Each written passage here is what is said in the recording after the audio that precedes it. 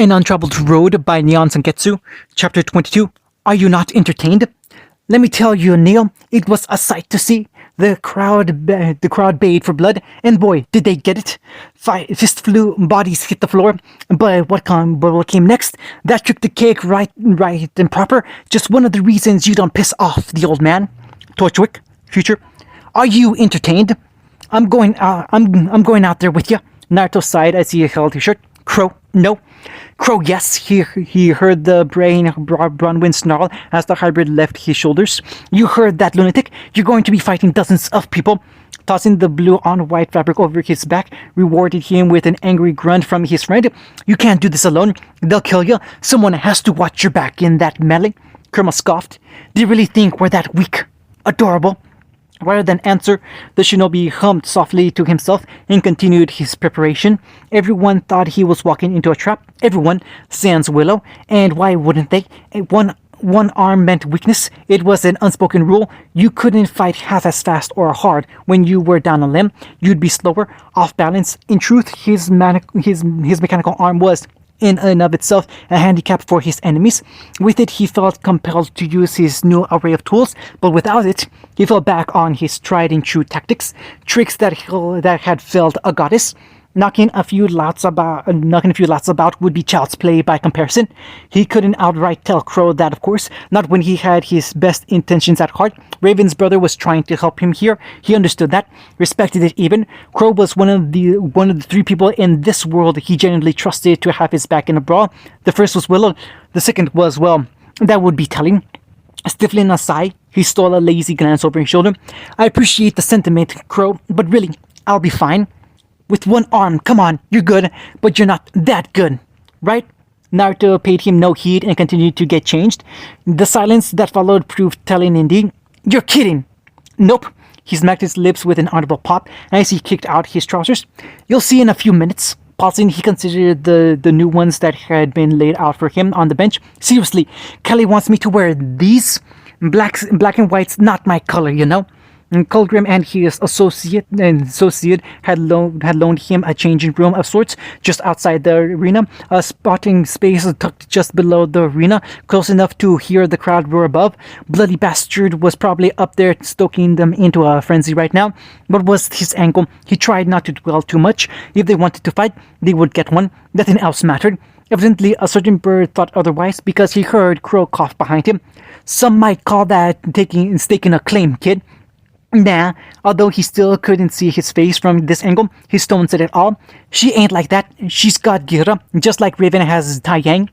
Right, sure, whatever you say. What was that beat of hesitation just now? Surely it was his imagination. Be straight with me, though. Think you'll win this? Of course I'll win. Naruto dragged his new vest with a low chortle, not struggling at all for his lack of a limb. You kidding me? If I lose here, the kids would never let me live it down. Far worse things would happen, but he wasn't about to dwell on those either. Thoughts like that could shackle a man, drag him down to the depths. He refused to succumb to such. His clones were already spread out throughout Menagerie. The menagerie carefully concealed in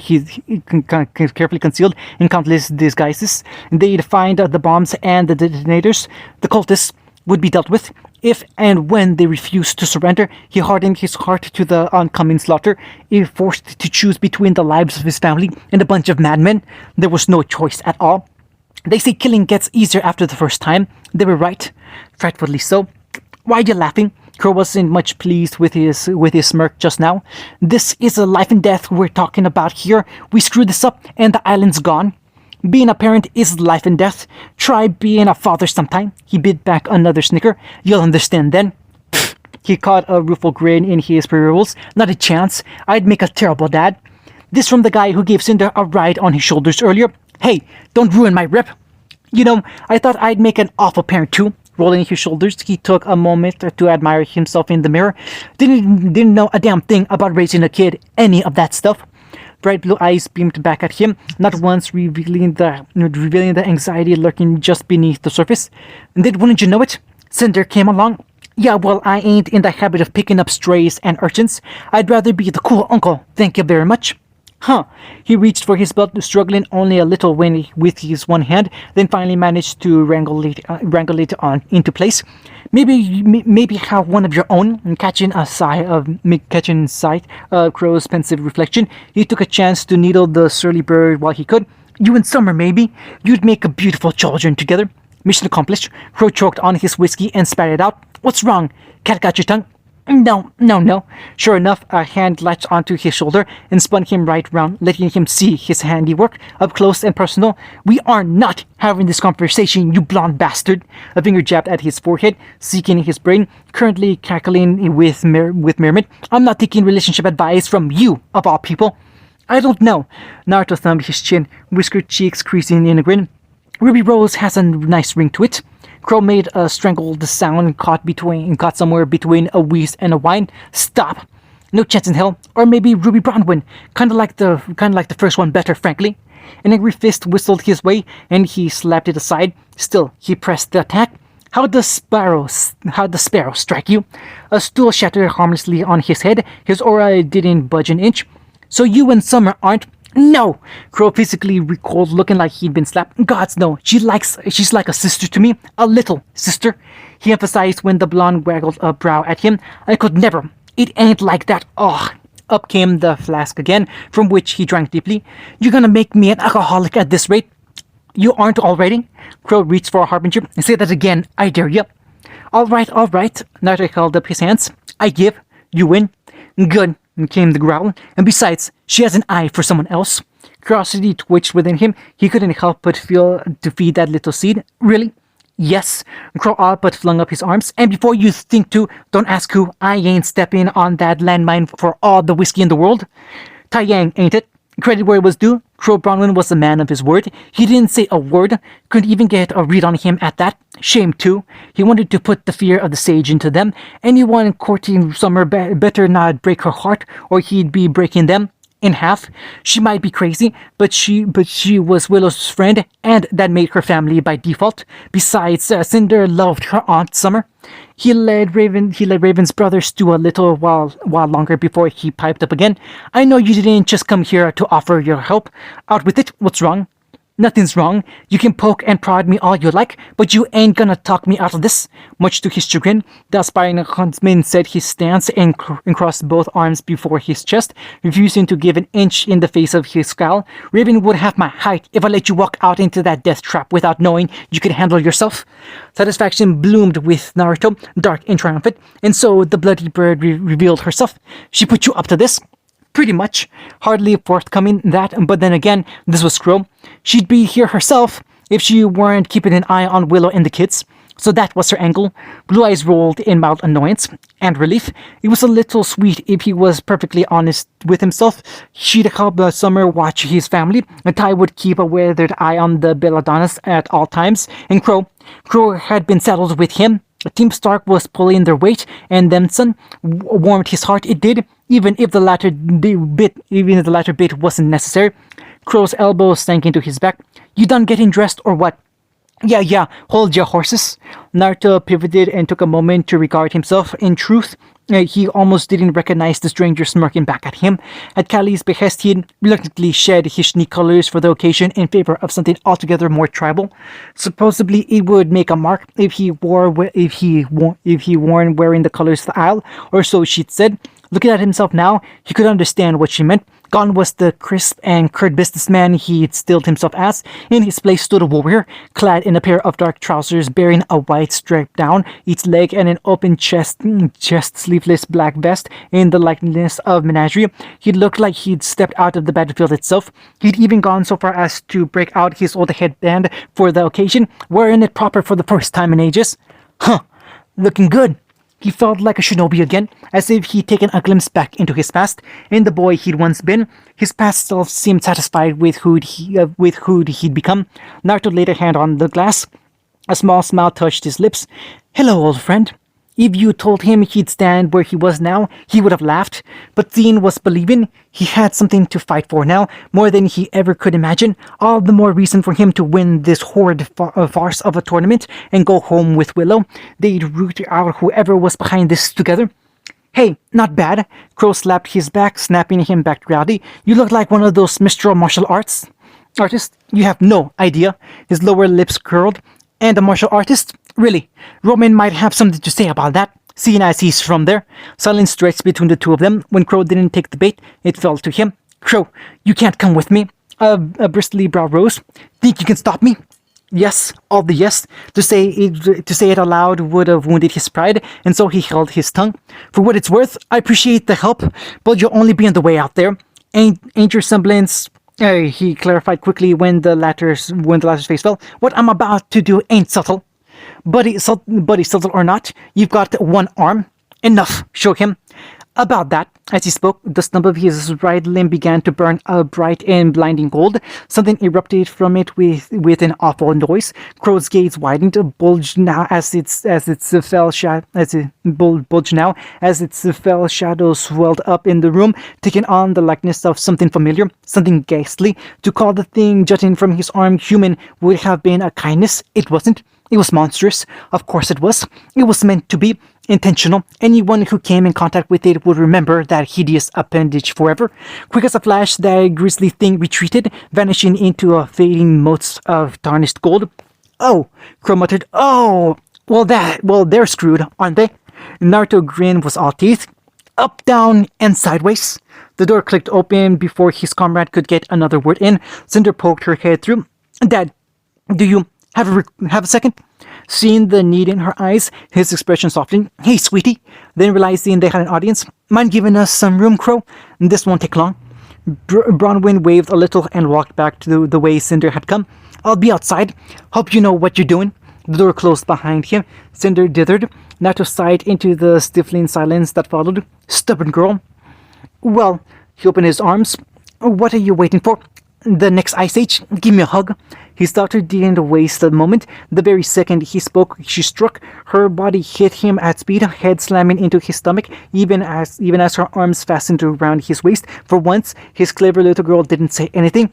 No clever quips, no snarky comments. She just clung tight. He gripped her with his one good arm and sighed softly. Her emotions were a seething cauldron. This close, he could feel the anxiety weighing her down. A dark, wet blanket stifling her better thoughts. He pushed a thread of golden chakra through her, and the paw lifted, if only a little. I heard them. Her words were muffled against his torso. Colgrim's people, they were talking. They want to do such awful things to you. You'll win, won't you? Right? Anger sparked in his chest, and not towards her. What kind of question is that? He feigned dismay instead, causing his darling girl to wrinkle her nose at him. Course I'll win. No, I mean, you'll win. She gripped his sleeveless arm, staring up at him with wide golden eyes. You have to win. Her voice warbled, if only a little. Even now, she seemed too proud to break down completely, but he knew she would if he pressed her. You're not allowed to die out there. Do you understand? He felt her fingers curled against his vest. Don't lose. Don't get hurt. Kick all their asses, and then we can go home. Language. She reared back and slugged his shoulder with surprised force. This isn't funny. Don't die. His throat closed a little and words failed him. She hadn't shown her vulnerable sides in a while, but that didn't mean it wasn't there. At the end of the day, she was still a child.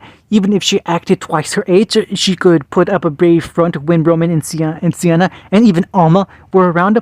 Yet here, in this moment, he got a glimpse beneath the facade. She discovered her self-worth long ago, and it made all the more fearful to those who she held dear to lose him. It's all right.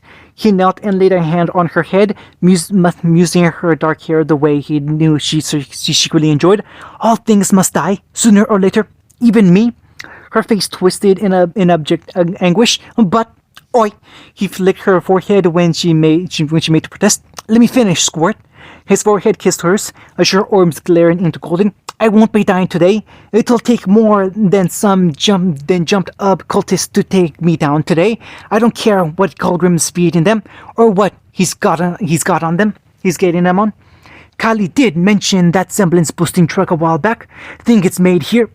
On a small isle like Menagerie, unlikely. If it was anywhere in Atlas, he would have ferreted it out by now. He'd wager Mistral or Vacuum, perhaps even Vale. They'd probably run into it sooner or later, knowing their luck. And then there was the matter of these madmen. Where were these people connected with Salem, or was it some other dark god they were following? Cinder did not sniffle. If he called her on it, she denied.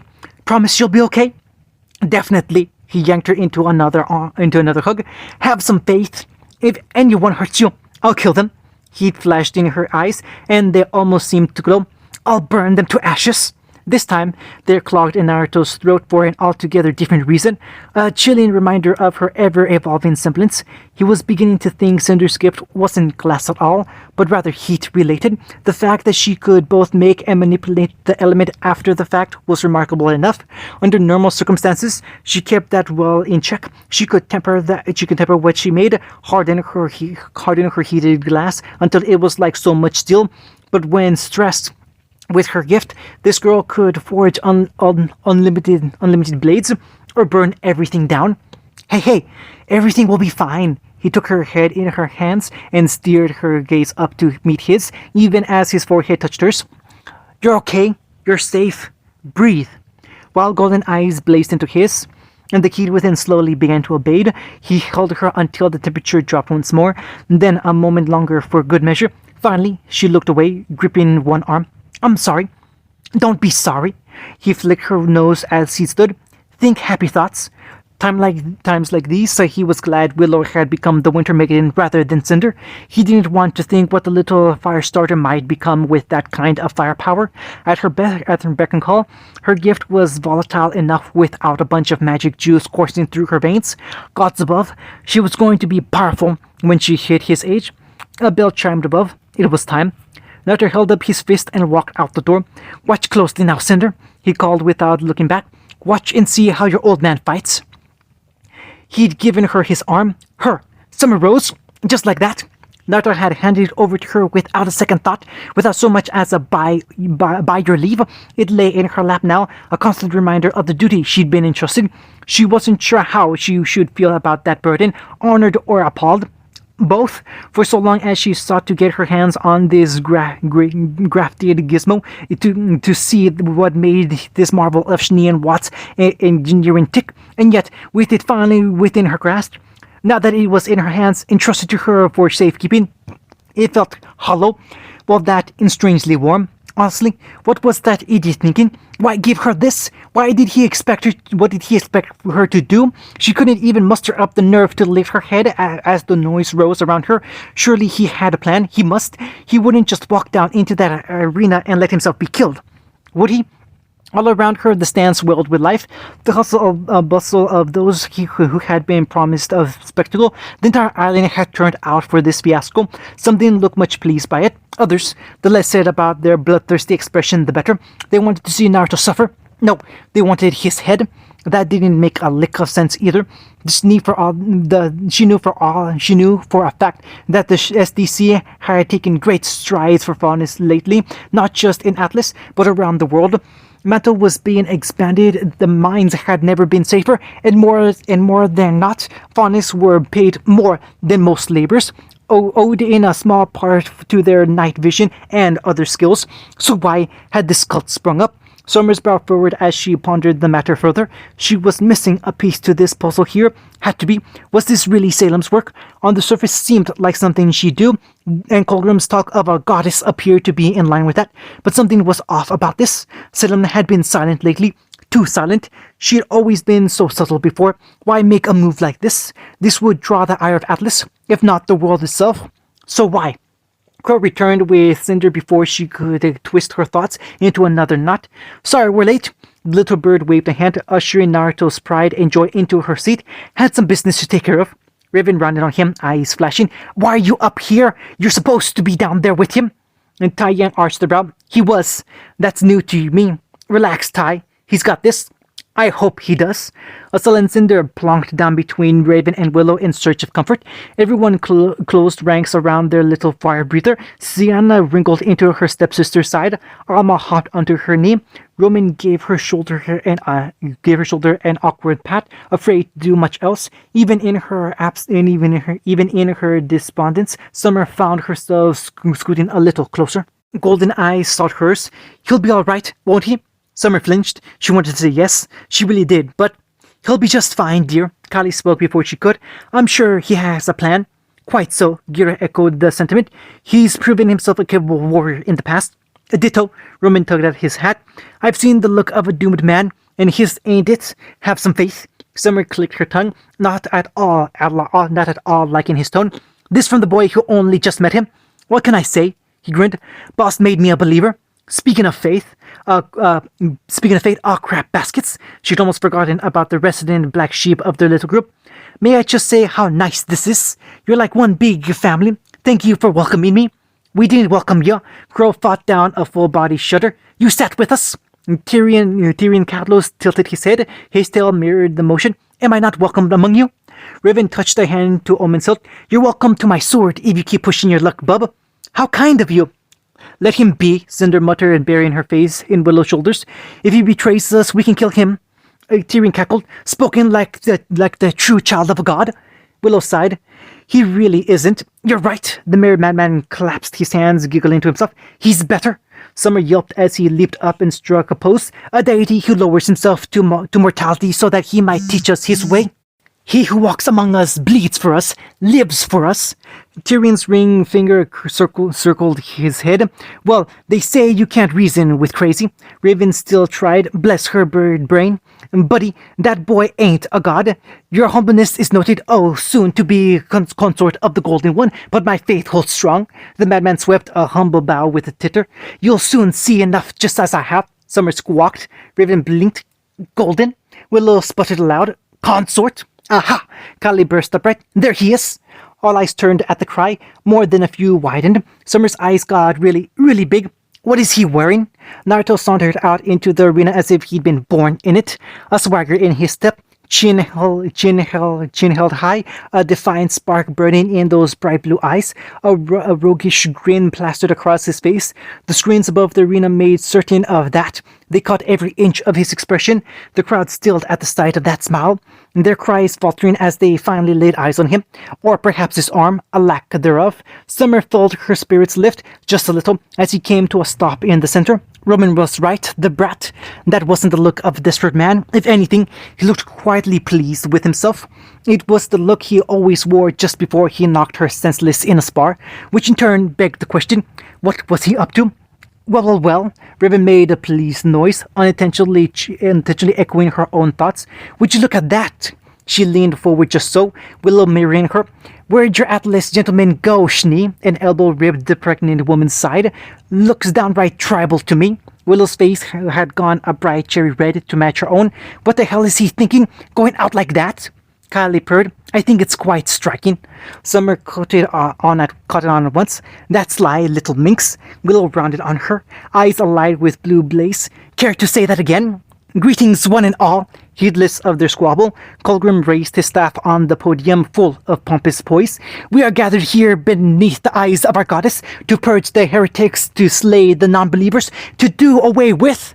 A pebble bounced off his head, cutting his diatribe short. Colgrim rounded on the culprit, face gone an ugly shade of puce.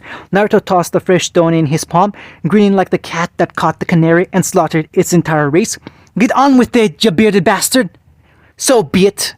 His staff crashed down. You will take on all comers. Fight or die. Stand or fall. With a ponderous groan, the gate nearest to the bed-wrangled blonde creaked open. A great giant of a man trottled through, dragging a monstrous large behind him. Summer's spirit quailed at the sight, both the weapon and its wielder alike.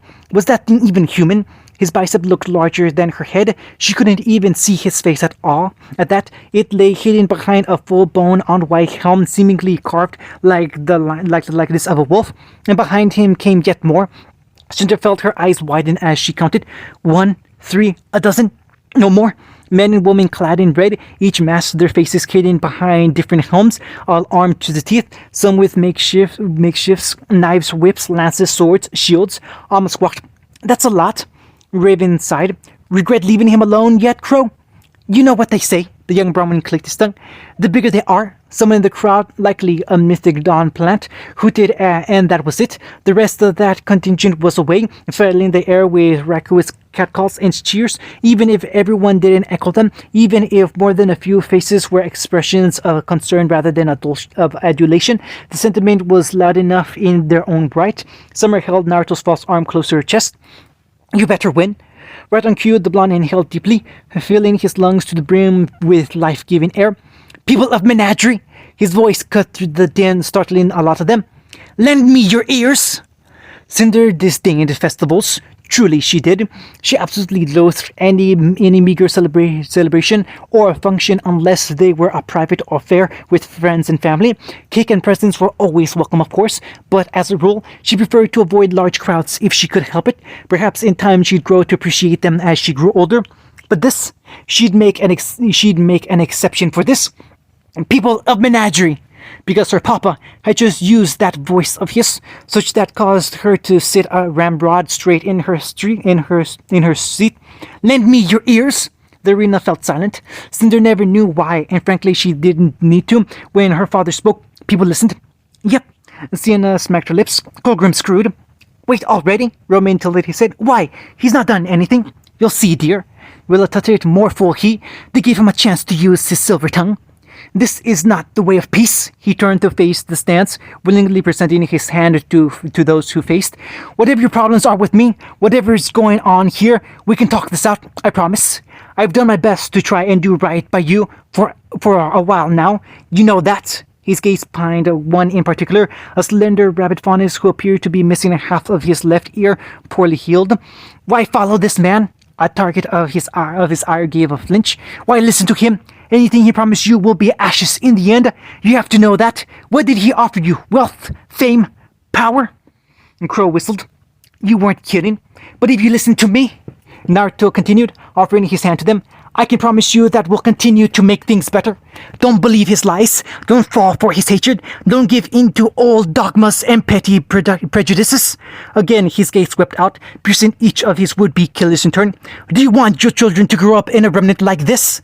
Those words warped into a snarl. A world where might makes right, where every faunus is viewed as some wild, rabid monster to be burned at the stake, because that's what you'll get if you follow this man. Cinder heard Sienna hiss out an angry breath, but couldn't bear to turn her gaze from the sight before her. None of them could, so she was sure. Join me. His very voice tugged at her senses, inspiring belief, and together we can make a better world. Don't you want that? Do not falter! Colgrim's voice broke the tableau.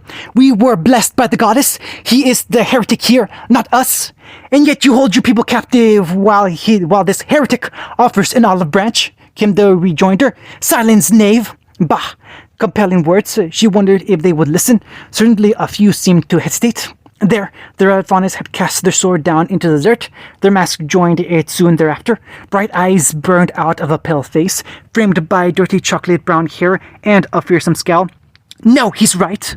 Well, not a man at that. Not a man at all. This 'twas a woman. I'll have no part in this madness anymore. Colgrim's face darkened with the coming storm. Choose your words carefully, Miss Sister Meg. He received a single-finger salute. I ain't your sister, you sanctimonious piece of. Somewhere in the stands, a crossbow barked its retort. Cinder closed her eyes. Don't mind me. An all-too-familiar voice hummed near her ear. Just dropping this off, catch Crow. Cinder's head whipped around with a yelp as that very same faunus came crashing down onto a very startled Uncle Crow. The pair squawked and went down in a tangle of arms and legs. Naruto was already gone by the time they scrambled upright again. A strangled shout told of the archer's fate, as did their corpse, flung down now into the arena with an awful splat. Ha! Tyrion pumped a fist, grinning from ear to ear. Vindication! Only a god can move faster than light! Alma clapped her agreement. Pretty colors. You get me? Thank you so much for proving my point. Naruto lighted soundlessly upon the stadium floor, stomped over the still twitching body of the would-be assassin. Is this the kind of loyalty you inspire, where questions meet a dagger in the dark, a bolt in the back? An angry murmur passed through the arena. Another pair tossed their swords. A stray bolt clattered to the arena floor. Naruto didn't stop smiling. Not once. Colgrim blanched. We shan't listen to your lies. Fine. Blind idealism it is. Naruto clicked his tongue. You know, sometimes I think people actually want to see cruelty. He planted his fist in one pocket and stood in his ground, all eyes on him. They want to be barbaric, to give in to desires, and set their hearts ablaze. Peace can be such a wonderful thing. He took that hand and thumbed it against his chest. I cherish it with all my heart. I'd gladly give my life for it. I'm sure most of you would too. Am I right? A ripple of disquiet passed through the stands as men and women looked at one another. Cinder felt her own nerves and felt her own nervous energy rise with it. But apparently something about it is lacking. Thumbing his chin, he turned to glare at Colgrim. Losing touch with life and death, perhaps. Way I see it, we have to live like this might be the last day we've got. That's the only proper state of mind for living things. His piece said. He lowered his arms. I'm ready to accept it when that date comes for me, because I face this cruel world head on and depend my understanding of it. Do I feel remorse for what I'm about to do? Of course I do. I'm a father, a lover, a brother. Pivoting anew, he turned to face Menageries champions. I'll fight tooth and nail to protect those dear to me, just like you would. Blue Eyes rose to meet the hulking brute then, those lurking behind him. Let me give you a warning. From one fighter to another, throw down your weapons and surrender right now. If you're being paid to do this, I'll double it. If you're being forced against your will, I'll save you. Here at last, his face darkened. But if you're here just to hurt others, to pillage, ravage, and savage, and reave, stop. Because if you don't, I'll be the one to stop you. The big brute with the axe lunged at his exposed back. Not to then move. To say so implied that Cinder had seen said movement. She had not. Not at all. No, Papa didn't move in that manner. He was a yellow flash. Bam! One moment his foe stood opposite him. In the next they ceased to exist in that space. All that remained was a faunish-shaped hole carved through the opposite end of the arena. Realization dawned. He'd punched them clear out of the ring, likely into town, if not the ocean proper. Or not, they were probably dead. Just like that, he'd taken a life. Cinder shivered.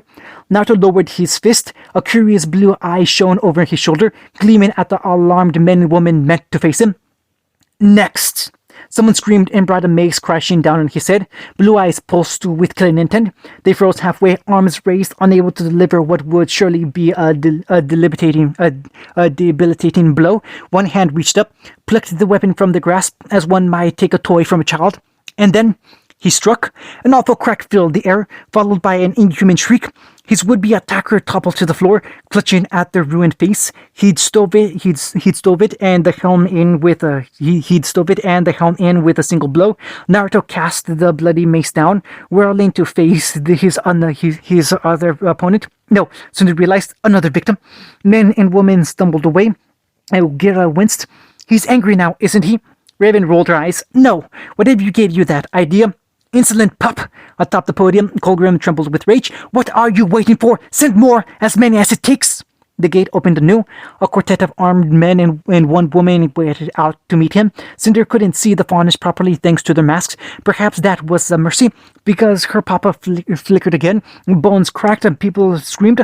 Four fell before his fist, unable to do anything else. They not landing the blow. A pall of silence fell over the arena as the audience, some hostages and others, began to realize they would receive the bloody sport they'd expected, and yet not all in the way they wished. The same could not be said of her. It was all she'd ever wanted to see and more.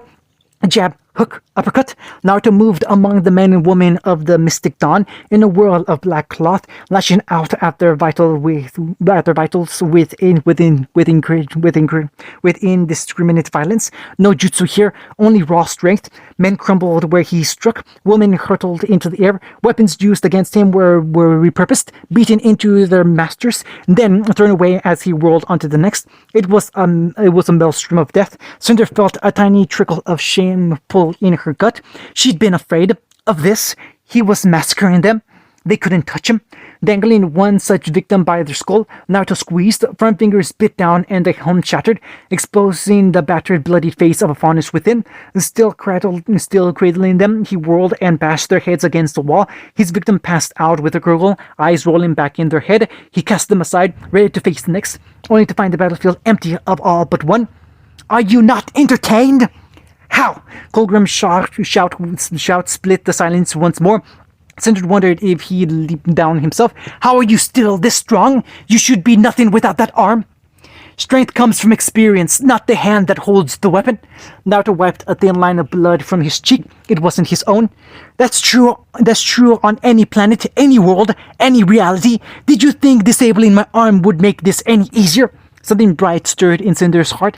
As her guardian tilted his head, it felt like pride. You're wrong. His natural arm swung back. Dead wrong. One punch sent his final contender flying into the stands. I came here to face your champions. A fist stabbed upward into the air. I am still waiting. Raven whistled. Seems someone's mastered the art of showmanship. Willow preened. I promised to fill in his gaps as he did mine. Summer balked. Wait, you taught him how to act? Yes, why? Romain craned his neck. Scary, Schnee is scary. A cry of pain split the silence. For once, it didn't belong to a faunus. Cinder whipped around, alarmed to find Naruto down on one knee, clutching his head. No, not his head, his ears. Someone else had entered into the ring when he wasn't looking. A man in red robes like the rest, but his mask was black. He walked slowly from the gate, almost languishingly even. She didn't pay any more heed than that, because the bastard lifted the lower half of his mask, shouted, and her father snarled in pain. For so long as she lived, Cinder would remember that sound, and the ugly laughter from Golgrim that followed. Good, Zeke! Kill him! Those words had her surging forward, up out of her seat, blades in hand. Dad! Others were moving, rising around her, but she paid them no heed. Someone tried to grab her. She never knew who. She flared her semblance, burning them. They jerked back with a gasp, giving her the chance to surge forward, vault the divide, then rush down the stands. Kill him. She'd kill that bastard, cut out his eyes, burn him alive for even thinking of hurting. Naruto held up a hand where he knelt, pointed her way, fingers blade, just before she could leap into the arena. His intentions were clear. She froze. Do you see now? It doesn't matter how strong you are. His oppressor stomped a boot down on his back, unaware of your inner ear, your organs. Those can never be hardened. Hurts, doesn't it? Another stomp out, but forcing a grunt out of the blonde. Feel our wrath! Ha! Naruto took the blow and laughed, even as he bled from his nose and ears. You're right, it does hurt. It hurts so bad. His head snapped up, teeth bared, eyes wild. It hurts, it hurts, it hurts! It was like I'm dying. I'd almost forgotten what pain felt like. Thanks for that. Why are you laughing? A hand gripped his hair. Papa didn't answer. Instead, he stabbed forward with his useless snub, pushed it against his attacker's chest. At first, nothing happened. And then, he's all yours, Kurama. A massive golden maw burst from his ruined limb. The teeth of a great beast made manifest. They caught the man flat-foot and all but bit him in half on the spot. Bones cracked, muscles tore. An entire different scream filled the arena. Cinder had no doubt he could have killed him then and there. Instead, he cast him down to the ground, letting him crawl away. Hey, you didn't think you could beat me with a sneak attack, did you? He shuffled forward, grinning. Poison, sound, I've dealt with worse, but I really hate folks like you. Her father reached down, caught his prey by the ankle, and reeled him back in. I let you get one lucky attack in, and all of a sudden, you think you're hot stuff. Stay away. The man's rasped voice, a mere fraction of its former self. Can't even fight back without your semblance, huh? Can't be a man without yet superpowers, huh? He drew them closer, crouching down over them. What's the matter? Go ahead. Come on, kill me. No such attempt was made, for good reason. No, didn't think so. There's no way you can beat me, because unlike you, I'm a real monster, and I'll kill to keep what's mine. A fist swung out, obliterating a wall. Rubble crumbled to the floor, obscuring him for a moment, an instant, nothing more, and then he was upon them. Furious red eyes filled their vision. Here! A firm hand closed around their face. Let me show you what real pain feels like. They tried to speak, tried to beg, plead for mercy. Naruto showed them none. Blood spattered the arena. Cinder didn't look away. Not once. She watched the slaughter and smiled. Previews. Naruto tilted his head. You had enough, or intermission. I demand intermission. Stop slaying my followers.